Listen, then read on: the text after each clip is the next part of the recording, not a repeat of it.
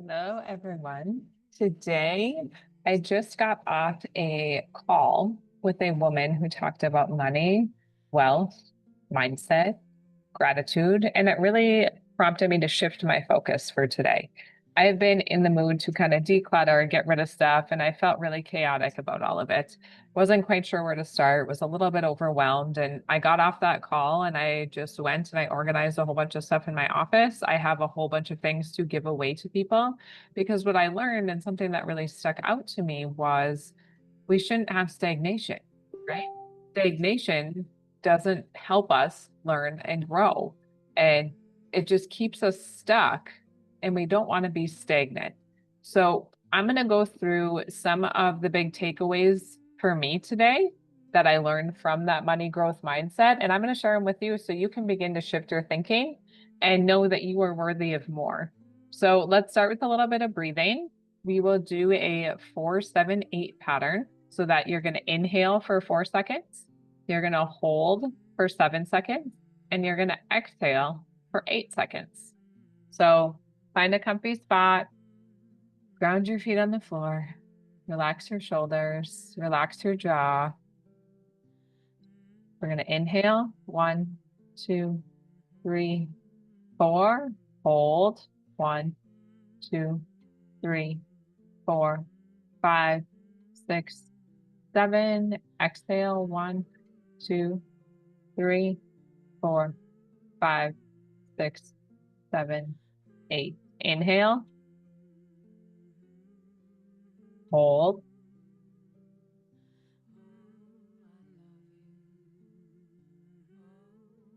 exhale.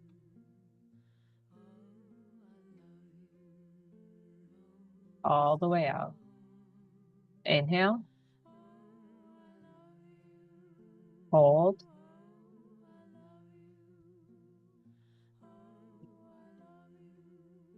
exhale.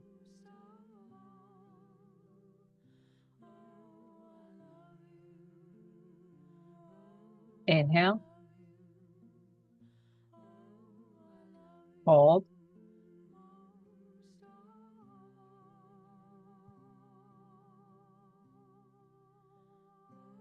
exhale.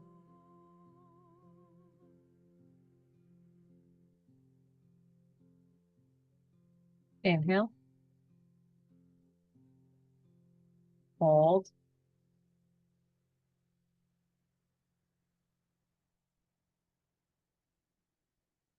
exhale.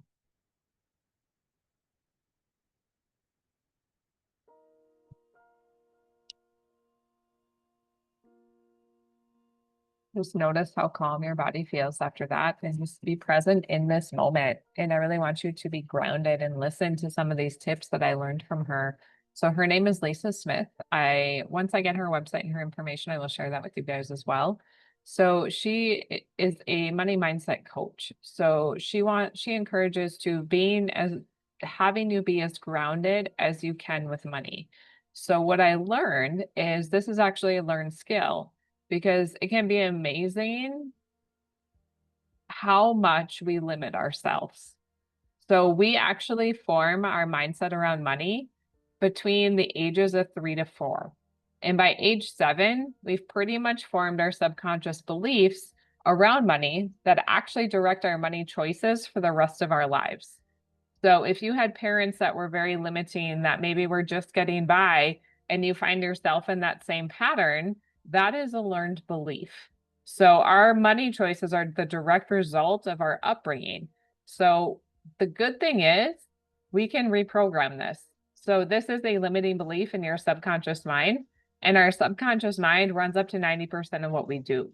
So we can work on letting go of some of those limiting beliefs, rewiring your brain, and getting it not to be afraid of the money topic.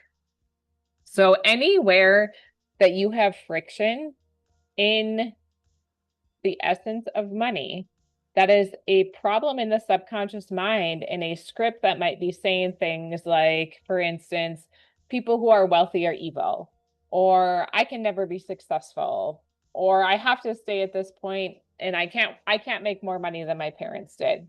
And people find themselves in this constant struggle. So I want you to grab a piece of paper and a pen, and I want you to be aware, what are your friction points?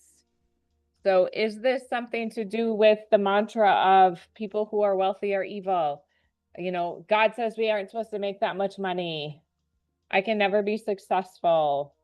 I have enough. I only shop things on sale. Better save it all or you might not have any later in life. What are your friction points?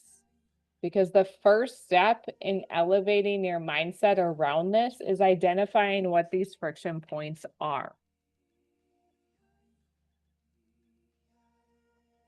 I'm going to give you a few minutes to identify what these friction points are.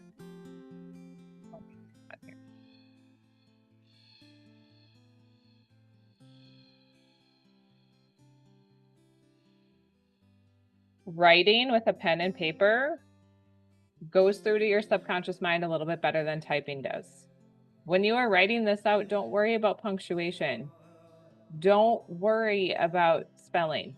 Just journal it out because that is the easiest way to tap into your subconscious.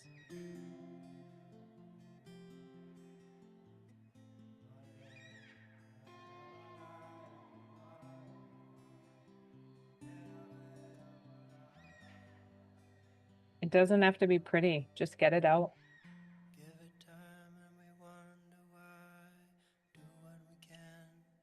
Don't judge yourself. Be open. And what is your subconscious trying to tell you? Culture fades with tears and grace, leaving us stunned, hollow with shame. We have seen this all before. Many tribes of a modern kind, doing brand new work, same spirit by side, joining hearts and hands in ancestral twine, ancestral twine. Many tribes of a modern kind, doing brand new work, same spirit by side, joining hearts and hands in ancestral twine, ancestral twine. Slowly it fades.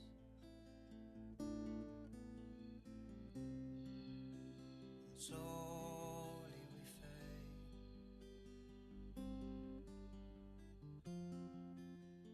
Slowly you fade. The one thing that stuck out to me was, growing up, we always shopped the clearance rack. We were not allowed to buy anything full price. So as an adult, I shop the clearance rack, and I don't buy things full price. So this has been something that I've had to work on getting over and not limiting myself. So you are worthy of getting things that you desire to. So I want you to be aware of your friction points and how can you flip those into a positive aspect? How can you break through those friction points? Because we all can elevate in this area. So you want to focus on your skill set. So you want to be really good at money and have someone that's helping you invest in that. I am not that person, but I am the one that can help you with your mindset. So Lisa is the one that's going to help you learn how to be really good at money. And she is really good at mindset as well. So up-level your story. So I have spoken with some of you to do the create your identity exercise. So you need to up-level your identity to be able to up-level your life, to be able to keep the weight off and not go looking for it. Because if you're still having the identity of, I lost the weight, your body's going to go and look for it. You need to release that and let it go and leave that in your past and up-level yourself and your identity. So we want to get you to a point where you're peaceful and calm about things in your life that revolve around money. So one of the flips that she had mentioned was, instead of saying, I can't afford this, say, how can I make this happen? That shift in those words is huge, because The small shifts in your words help you determine what you are and are not going to have in your life. Words are powerful. There is another video on that as well called The Power of Words. The words that come out of our mouth, our body hears, our body resonates with. So we want to make sure we're shifting it into a positive mind frame instead of a negative one.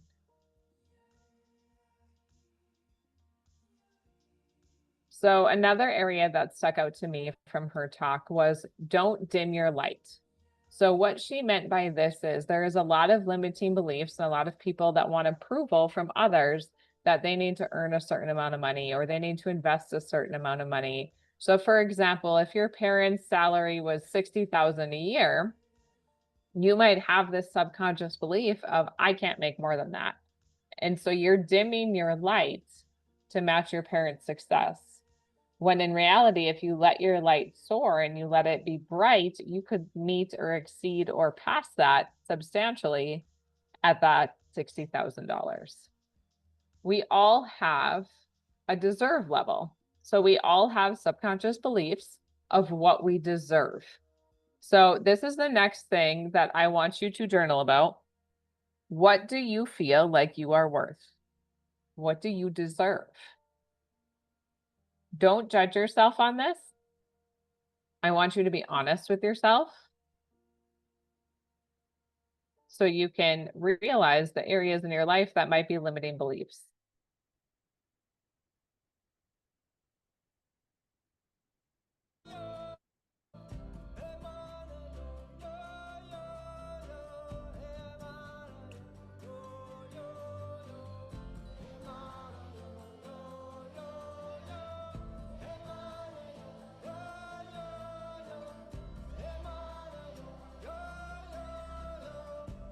Do you deserve to shop on the regular rack and not the sales rack? Do you deserve X amount of dollars an hour? Do you deserve X amount of dollars for a salary a year? Do you deserve to get a better job? Do you deserve to stay at home with your kids? What do you deserve? And then is there something stopping you?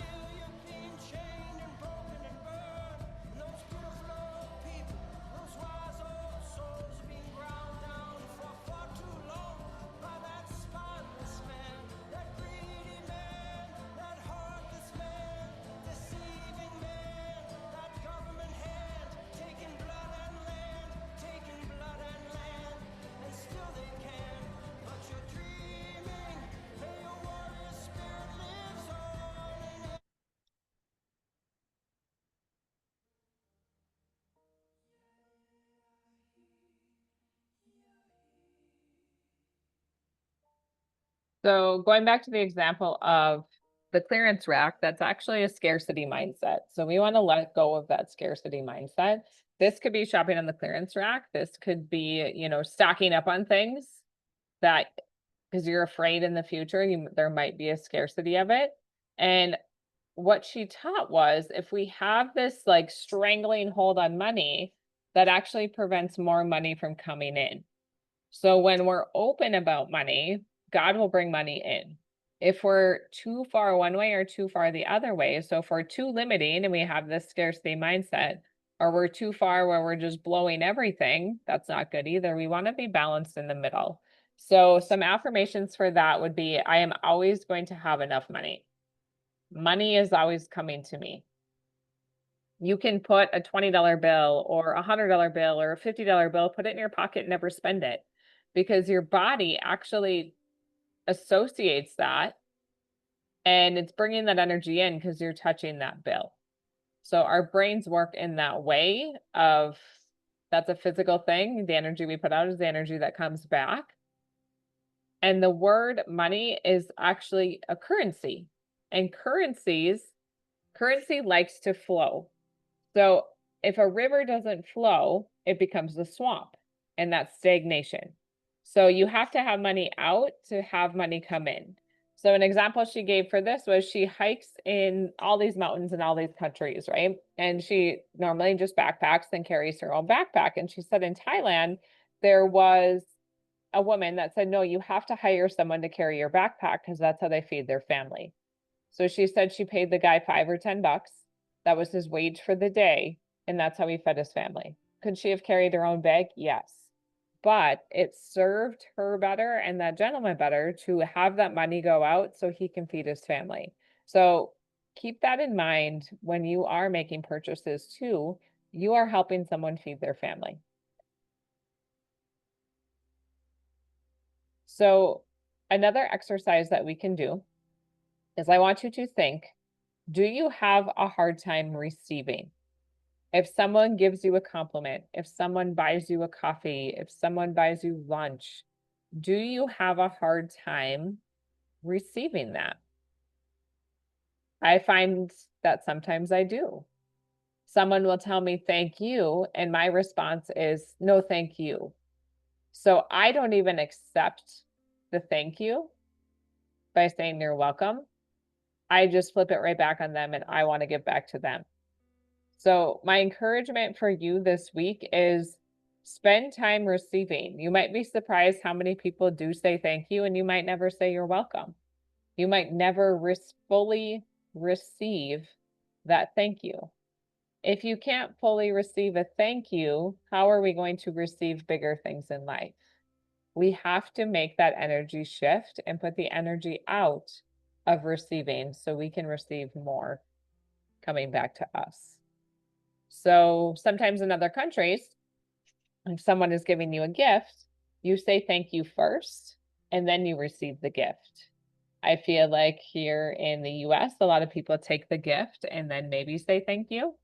So just shift your mind frame a little bit to make sure you are being genuinely sincere and expressing that gratitude, because gratitude has a lot of power as well. So we want to be grateful for everything. If you find yourself up at night, if you're up at 3 or 4 in the morning and you're stressed out and your mind is racing and you can't fall back asleep, express gratitude. So I don't care what you say you're grateful for.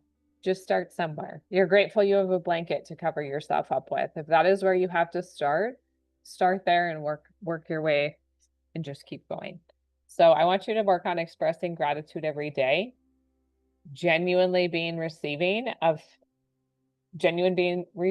whether that's a compliment, a coffee, and then pay it forward. So don't have strings attached, right? So pay things forward, because I do believe that it does come back to you tenfold.